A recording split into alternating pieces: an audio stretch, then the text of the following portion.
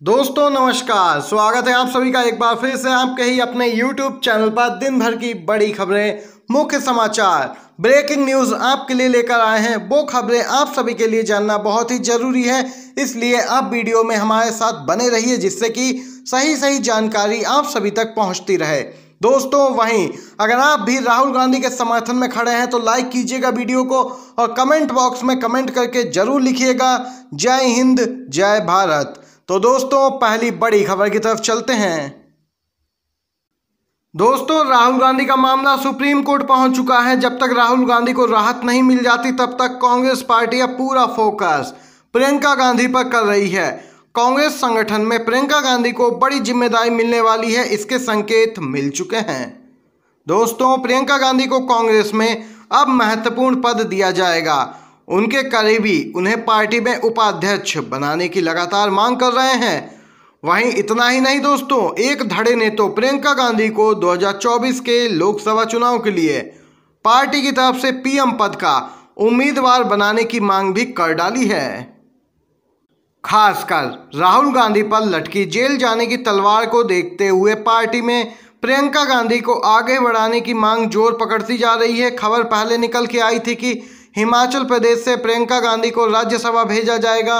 वह 2024 का लोकसभा चुनाव नहीं लड़ेंगी और चुनाव प्रचार करेंगी, लेकिन यहां पर अब उन्हें प्रधानमंत्री पद का उम्मीदवार बनाए जाने की मांग भी जोर पकड़ रही है। दोस्तों गौरतलब है कांग्रेस संविधान के मुताबिक कांग्रेस अध्यक्ष के बाद सबसे बड़ा पद कोषाध्यक्ष का होता है।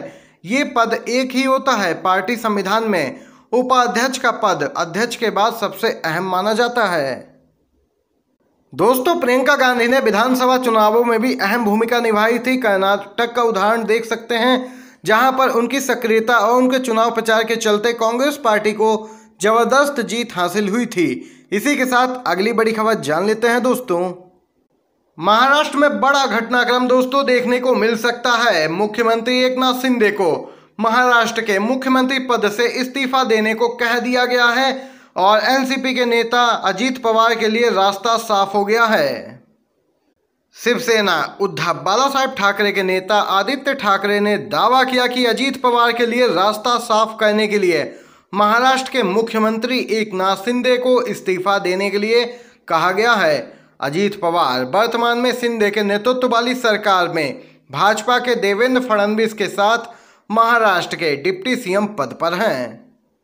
दोस्तों जब से एनसीपी का बागी गुट, शिंदे गुट और बीजेपी ने मिलकर सरकार में सहभागिता दिखाई है, तब से शिंदे गुट को किनारे लगाने में बीजेपी लग गई है, जिसके चलते शिंदे गुट के कई विधायक नाराज हैं, क्योंकि एक साल से वह इंतजार कर रहे थे कि कब मंत्री बनाए जाएं। लेकिन जब एनसीपी के बागी नेताओं को मंत्री बना दिया गया तो उनके मंत्री बनाए जाने की उम्मीदें कम हो गई हैं।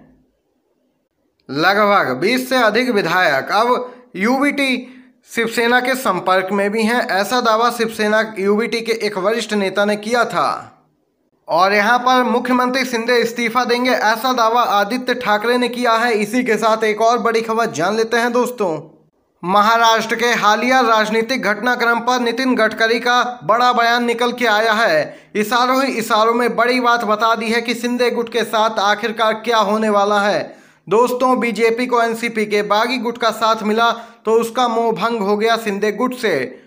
इसी क्रम पर नितिन गडकरी ने बड़ा बयान दिया है। बीजेपी के कद्दावर नेता नितिन गडकरी ने बड़ा बयान देते हुए कहा कि जो लोग मंत्री बनने के इच्छुक थे वे अब नाखुश हैं, क्योंकि भीड़ बढ़ गई है। उनके द्वारा जो सूट सिलवाए गए थे कि जब वह मंत्री बनेंगे और शपथ लेंगे तब वह सूट पहनेंगे, अब उनका क्या होगा। आपको बता दें दोस्तों नितिन गडकरी नागपुर में एक कार्यक्रम में महाराष्ट्र में शिवसेना शिंदे गुट के विधायकों के असंतोष पर बात कर रहे थे। गडकरी ने कहा कि जो लोग मंत्री बनने वाले थे वे नाखुश हैं और सोच रहे हैं कि क्या अब उनकी बारी भी कभी आएगी। इतनी भीड़ जो हो गई है, वे विधायक सूट सिलवाकर शपथ ग्रहण समारोह के लिए तैयार थे, लेकिन अब उन्हें मंत्री पद मिलने से रहा, क्योंकि भीड़ बहुत ही बढ़ गई है। गडकरी ने बिना शिंदे गुट का नाम लिए कहा कि नगर सेवक नाखुश हैं क्योंकि वे विधायक नहीं बनाए गए और विधायक नाखुश हैं क्योंकि वे मंत्री नहीं बनाए गए और मंत्री असंतुष्ट रहते हैं क्योंकि उन्हें अच्छा मंत्रालय नहीं मिला। देख सकते हैं नितिन गडकरी बिल्कुल स्पष्ट और बड़ी बात कहते हैं और बेबाक तरीके से कहते हैं। उन्होंने महाराष्ट्र के हालिया राजनीतिक घटनाक्रम पर बड़ी बात कही। क्या दोस्तों आप लोग केंद्रीय मंत्री नितिन गडकरी की बातों के समर्थन में हैं? हाँ तो जरूर बताइए अपनी राय कमेंट बॉक्स में कमेंट करके।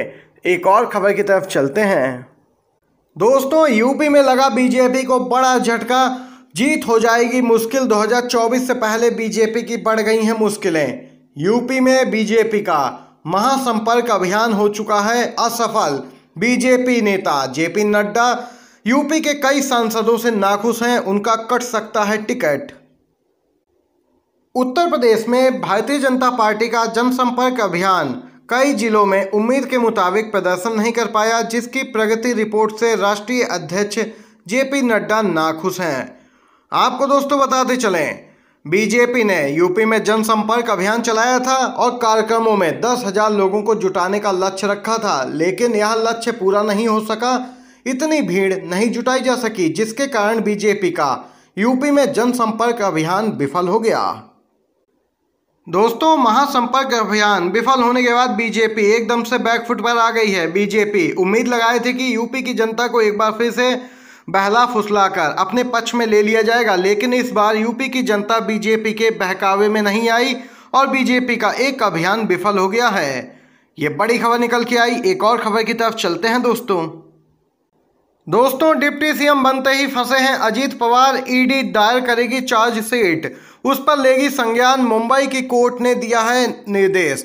दोस्तों महाराष्ट्र के डिप्टी सीएम बनते ही अजीत पवार कानूनी पचड़े में फंस गए हैं। उनके खिलाफ मनी लॉन्ड्रिंग के एक मामले में कोर्ट ने ईडी को निर्देश दिया है कि वह जल्द से जल्द कोर्ट में उनके खिलाफ जो चार्जशीट है उस पर संज्ञान लेते हुए पूरा यहां पर ब्यौरा कोर्ट में दायर करे।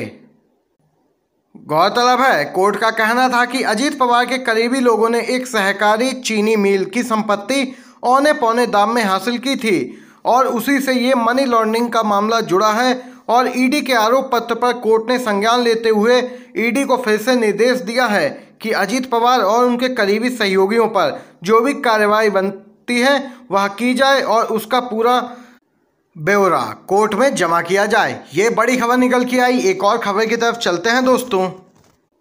2024 में होगी बीजेपी की बुरी हार, एनसीपी चीफ शरद पवार का बड़ा बयान। देश के 80% हिस्से में बीजेपी का कोई अस्तित्व नहीं। 2024 के लोकसभा चुनाव को लेकर हताशा और निराशा में विपक्षी दलों को तोड़ रही है बीजेपी। शरद पवार ने बड़ा बयान दिया है दोस्तों। एनसीपी में अंदरूनी कलह से जूझ रहे शरद पवार अब बीजेपी पर हमलावर हैं।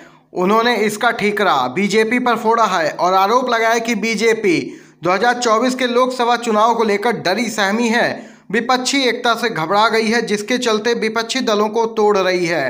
पहले शिवसेना और अब एनसीपी इसका उदाहरण है। यहाँ पर देख सकते हैं शरद पवार ने कहा कि इससे पहले भी इसी प्रकार एनसीपी को तोड़ने की साजिश हुई थी, लेकिन उसका पुनर्निर्माण किया गया और बीजेपी का अब एक भी पैंतरा काम आने वाला नहीं है, क्योंकि बीजेपी देश के 80% हिस्से पर मौजूद ही नहीं है। और इसी घबराहट और डर को छिपाने के लिए बीजेपी विपक्षी दलों में फूट डाल रही है, जिससे कि 2024 का चुनाव वह जीत सके। और विपक्षी एकता से डरी सहमी है बीजेपी पार्टी। एनसीपी चीफ का बड़ा बयान। दोस्तों अगर आप भी समर्थन में हैं तो कमेंट बॉक्स में कमेंट जरूर कीजिएगा। #B support Sharad Pawar. दोस्तों आज की सभी बड़ी खबरें, मुख्य समाचार आप तक पहुंचाए। वीडियो पसंद आया हो तो लाइक कीजिएगा, शेयर कीजिएगा। आप सभी दोस्तों का वीडियो देखने